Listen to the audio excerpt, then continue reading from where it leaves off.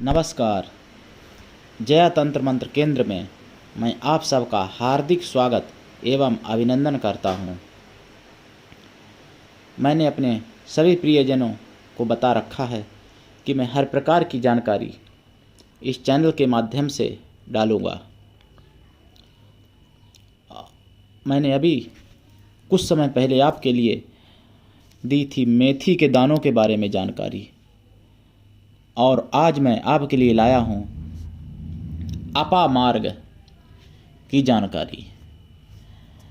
अपामार्ग एक ऐसी औषधि है, एक ऐसी वस्तु है कि जिससे आध्यात्मिक और भौतिक दोनों प्रकार के लाभ लिए जा सकते हैं। भौतिक लाभ इस तरीके से, जैसे यदि आपका कहीं पर कट जाता है किसी छुरी चाकू से, या आपका कहीं पर किसी भी प्रकार से चोट लग के फूट जाता है कोई शरीर, या कहीं पर आपको जैसे फोड़ा फुंसी है या खाज खुजली है, तो उसमें आप वह औषधि इस्तेमाल कर सकते हैं। उस औषधि का आप प्रयोग कर सकते हैं, जिस औषधि के बारे में आज मैं आपको बताने जा रहा हूँ। और वह औषधि हर जगह मिल जाती है। ऐसा कोई क्षेत्र नहीं है जहाँ वो औषधि ना मिलती हो। पहाड़ी क्षेत्रों में भी पाई जाती है, मैदानी इलाकों में भी पाई जाती है, और वह औषधि इधर नदी नाले के किनारे जो होते हैं वहाँ भी पाई जाती है। सभी जगह लगभग वह औषधि अपने भारत में मिलती है, और नेपाल में भी पाई जाती है। वह औषधि पाकिस्तान में भी पाई जाती है। तो उस औषधि का नाम अपामार्ग है, जिसके बारे में आपको बताऊंगा। अलग अलग भाषा में उसके नाम हैं, उसके कई नाम हैं। उसके पहले मैं लाभ बता देता हूँ। ये तो हो गए भौतिक लाभ। आध्यात्मिक लाभ, अच्छा, अपामार्ग के लाभ इतने हैं कि एक दो नहीं, 100-200 नहीं, हजारों प्रयोग अपामार्ग के हैं, यदि कोई करने वाला हो तो। किंतु उतने तो मैं यूट्यूब पर नहीं बता सकता, लेकिन कुछ प्रयोग मैंने बता दिए हैं और बता देता हूँ। जैसे कोई प्रसूता बहन दर्द से करहा रही हो और प्रसव ना हो रहा हो, तो अपामार्ग की जड़ कमर में बांध दो, और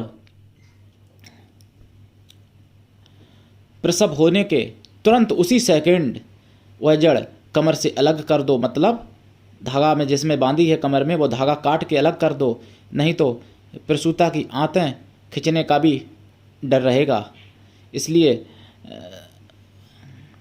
शिशु बाहर आने के बाद तुरंत उस औषधि को उस प्रसूता से अलग कर दो, और सुखपूर्वक प्रसव हो जाएगा, दर्द भी नहीं होगा। उस औषधि को बांधने के बाद ये निश्चित सत्य और कई लोगों का प्रयोग किया हुआ ये प्रयोग है। प्रैक्टिकल कई लोगों ने किया है, और सभी जगह पर यह प्रयोग सफल हुआ है, जिसके लिए ना जाने कितनी गोलियां खानी पड़ जाती हैं। हॉस्पिटल में भर्ती हैं तो डॉक्टर कहता है कि नहीं, इसका तो ऑपरेशन होगा। प्रसूता का किसी का नॉर्मल, तो किसी का यहाँ तक कि बड़ा ऑपरेशन कर देते हैं, जिससे काफ़ी शरीर को हानि और दर्द और कमजोरी का सामना करना पड़ता है। इसी जड़ से आप फ़ायदा उठा सकते हैं। अपामार्ग की जड़ से 1 रुपये का खर्चा नहीं आएगा। दवा आप लेते हैं डॉक्टर से, वो लेते रहें, उसके लिए मैं मना नहीं कर रहा हूँ, लेकिन ये आप 100% समझ लीजिए। मैं आपको दावे के साथ कह सकता हूँ कि जितनी दम एलोपैथिक दवा में नहीं है, उतने से कई गुना अधिक आयुर्वेदिक में दम है। आयुर्वेदिक जितनी दम एलोपैथिक में कभी नहीं हो पाएगी, जबकि एलोपैथिक में बहुत डिग्री धारक हैं, बहुत सी डिग्रियां हैं डॉक्टरों के पास, और एलोपैथिक में ना जाने कहाँ कहाँ इलाज के लिए ट्रेनिंग करने जाते हैं, विदेशों तक जाते हैं। किंतु आयुर्वेदिक में ट्रेनिंग जो है इस समय अधिक लोग नहीं करते और नहीं देते हैं, लेकिन आयुर्वेदिक में वह दम है। अब आपने सुना होगा, किस्सा कहानियों में देखा होगा कि गणेश जी का सिर कट गया था जब, तो उनका हाथी का सिर लगा के जोड़ दिया गया था। वह एक शल्य क्रिया ही थी आयुर्वेदिक के और मंत्रों के अनुसार। उतनी पहुंच अभी एलोपैथिक में ना हो पाई है और ना कभी हो पाएगी। और आपने देखा होगा दक्ष का भी सिर जब काट दिया गया, नष्ट हो गया था सिर, तो फिर बकरे का सिर लगा के जोड़ दिया गया था। ऐसा एलोपैथिक में कभी नहीं हुआ और ना कभी होगा कि किसी मनुष्य के सिर नष्ट हो जाने पर किसी जीव जंतु का सिर लगा के और मनुष्य ही जैसा उसका दिमाग काम करे और मनुष्य की भाषा बोले, मनुष्य का ही सब हो और जीवित हो जाए। मनुष्य का भी सिर यदि काट दिया जाए पूरी तरीके से, तो उसको अभी जोड़ने का कोई और उसको जीवित करने का कोई एलोपैथिक में प्रावधान नहीं है। आयुर्वेदिक में प्रावधान आज भी है, किंतु आयुर्वेदिक हमारा देश 1000 साल से जब गुलाम रहा है, तो इसलिए आयुर्वेदिक पद्धति नष्ट हो गई और आयुर्वेदिक पद्धति को बिल्कुल नष्ट करने की कोशिश की गई। इसलिए हम आप आयुर्वेदिक पद्धति से बिल्कुल दूर होते चले गए और आयुर्वेदिक पद्धति से हम एकदम अनजान से हो गए हैं इस समय। और इस समय आयुर्वेदिक पद्धति को यहाँ तक कुछ लोग ये भी कहते हैं कि ये झोला छाप डॉक्टरों का काम है, ये इस पर विश्वास ना करो। मैं ये नहीं कह रहा हूँ कि विश्वास करो, लेकिन जिसका प्रैक्टिकल है, जिसका सच्चा अनुभव है, उसका तो विश्वास करना पड़ेगा ना। अब जैसे जो मैंने प्रसूता वाला ये प्रयोग बताया है, ये 100% सत्य है। और अब मैं आध्यात्मिक लाभ की तरफ आता हूँ।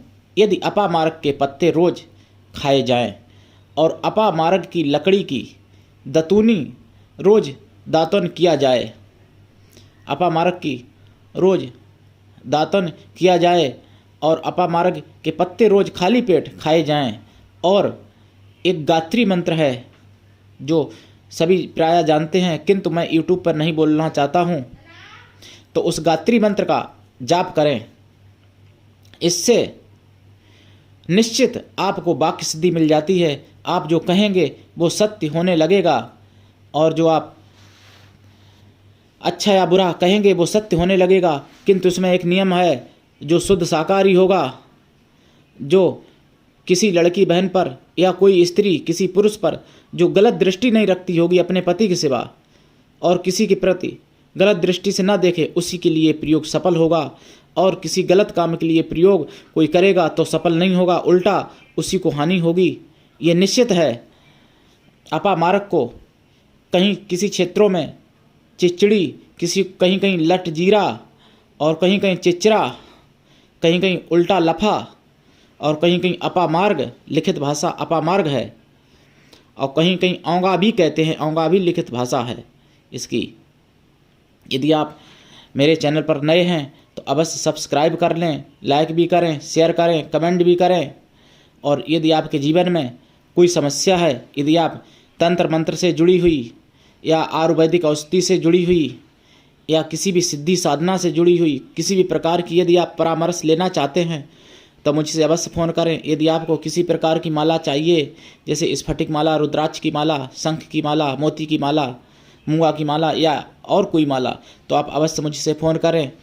यदि आपको किसी प्रकार की शिवलिंग चाहिए, जैसे पारस शिवलिंग, स्फटिक शिवलिंग इत्यादि, और यदि आपको 1 मुखी से लेकर 21 मुखी तक कोई रुद्राक्ष चाहिए, तो अवश्य फ़ोन करें। मेरा मोबाइल नंबर है 93 05 63 71 73। तो आज के लिए इतना ही, धन्यवाद। जय श्री राम। हमारे चैनल को लाइक, शेयर व सब्सक्राइब करें। धन्यवाद। जय श्री राम।